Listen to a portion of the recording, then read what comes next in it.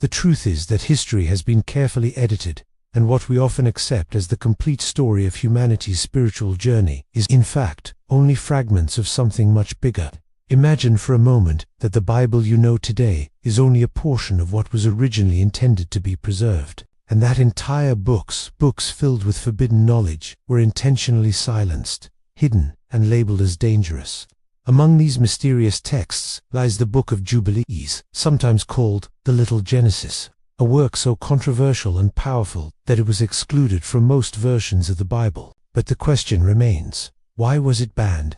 What secrets did it contain that authorities and religious institutions deemed too risky for humanity to know?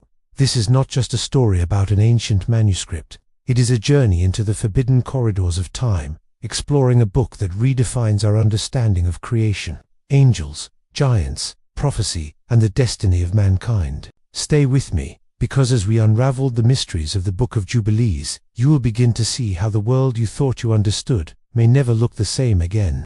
The Book of Jubilees is believed to have been written around the 2nd century BC, and it offers a retelling of Genesis and parts of Exodus with astonishing detail, revelations, and cosmic insight. But unlike the traditional Genesis, this book frames history through the lens of heavenly tablets, angelic messengers, and divine cycles of time, known as Jubilees. According to this text, history is not random but organized into strict periods predetermined by God Himself, with every major event woven into a divine calendar. This alone challenges the more flexible, narrative-driven version of the Bible we have today. But the secrets go even deeper. Jubilees speaks of angelic beings who descended to earth, of forbidden unions that brought about the Nephilim giants who threatened humanity's survival, and of laws and knowledge that predate even the time of Moses. Such revelations suggest that humanity was given divine wisdom long before Mount Sinai, a concept that radically shifts the way we view the origins of faith. One of the most striking features of the Book of Jubilees is its insistence that the laws given to Israel were not just for one people, but part of a cosmic order established from the very beginning. The Sabbath, for instance, is described not as something given only to Israel, but as a universal, eternal law, observed by angels and intended for all of creation. Imagine how destabilizing this would be for institutions that wanted to preserve the idea of exclusivity, that only certain groups had access to divine truth. Jubilees makes it clear, humanity was meant to walk in the knowledge of God from the dawn of time. It is this democratization of divine wisdom that may have led to its suppression. To admit that sacred law and divine knowledge existed before the chosen people, before Moses, before the Torah, would shatter the foundations of authority. As we read deeper into its pages, Jubilees unveils another disturbing truth. The origins of evil on earth were not merely the fault of humans, but the result of angelic corruption. The Watchers, heavenly beings who were meant to guard humanity, defied their Creator and descended to earth, mingling with human women and teaching forbidden arts. From them came the giants, creatures of immense power and violence, who nearly destroyed the world.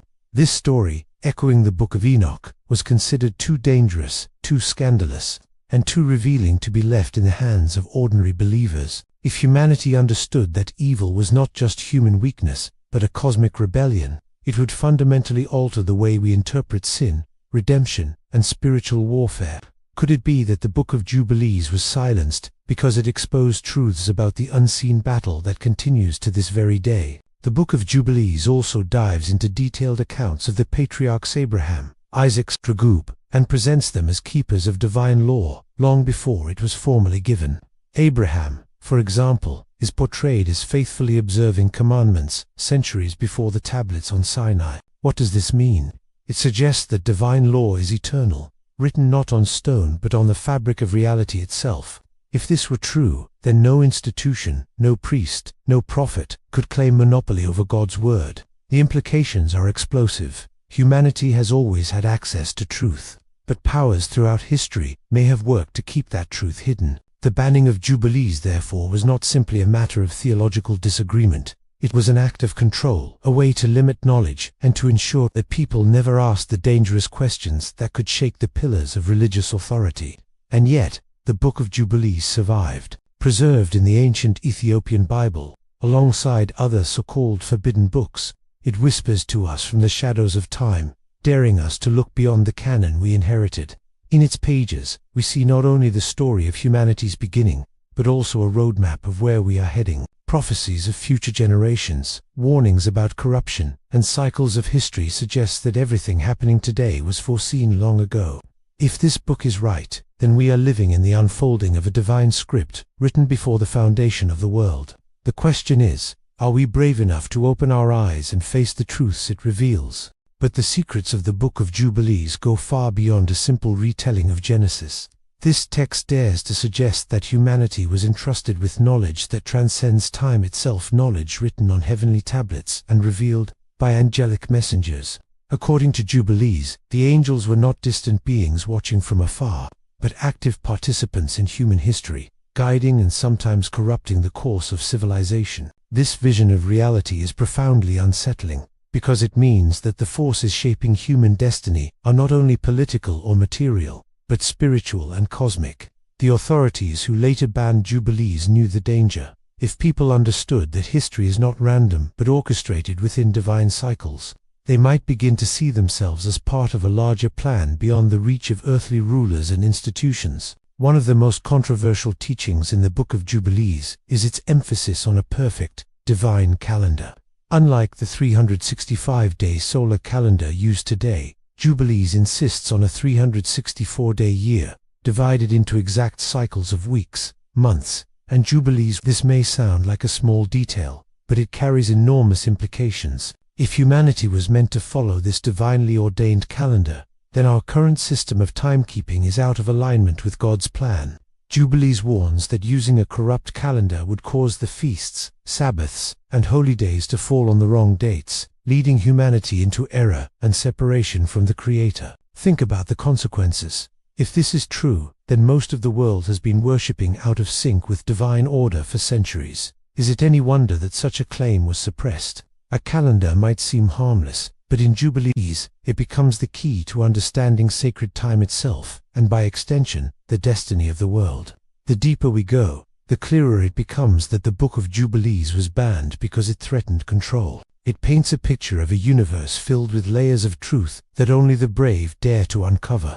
It tells us that the law was not just for Israel but for all nations, that the Sabbath was established before humans were even created, that angels observed divine law in heaven, just as humans were commanded to on earth. Such revelations erase the boundaries that religious leaders used to separate themselves from the rest of the world. If the Book of Jubilees is right, then divine truth was never meant to be monopolized. It was always meant to be shared, eternal, and universal. That truth is liberating, but it is also dangerous for those who built power structures upon exclusivity. Even more provocative are its prophecies. Jubilees outlines the rise and fall of nations, the corruption of humanity, and the eventual triumph of divine order. It warns of times when leaders will turn away from God, when violence and injustice will fill the earth, and when the descendants of the righteous will be tested to their core. For modern readers, these prophecies strike with eerie relevance. Wars, divisions, corruption, and spiritual decay are not new. They are cycles that repeat across history. Jubilees tells us that these cycles were written long ago, and that what we are living now is part of a greater unfolding. The book does not simply describe the past. It acts as a lens through which we can interpret the present and glimpse the future. What could be more dangerous than a text that gives people the power to see beyond the illusions of their time? Another reason the Book of Jubilees was considered so dangerous is its portrayal of humanity as direct relationship with the Creator. Unlike other writings that emphasize the role of intermediaries, priests, kings, or institutions, Jubilees insists that knowledge and law were given directly to the patriarchs. Abraham, Isaac, and Jacob were not passive recipients. They actively walked in divine truth, centuries before organized religion. This suggests that faith and obedience are not bound to temples or institutions, but are deeply personal and eternal. Imagine the implications if people truly embraced this idea. They would no longer see themselves as dependent on institutions to connect with God. They would recognize that divine truth has always been accessible, waiting to be discovered by those willing to seek it.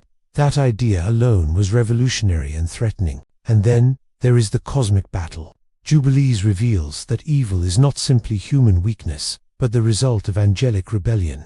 It tells of Mastema, a dark spiritual ruler who sought to corrupt humanity, and of the demonic spirits that descended from the Nephilim, lingering on earth to test and torment mankind. This paints a picture of existence far more complex than what the canonical texts alone reveal. Evil is not just within us. It surrounds us, works against us, and seeks to drag humanity into darkness. But at the same time, Jubilees assures us that God's plan cannot be thwarted. Every cycle of corruption is followed by renewal, every fall by restoration.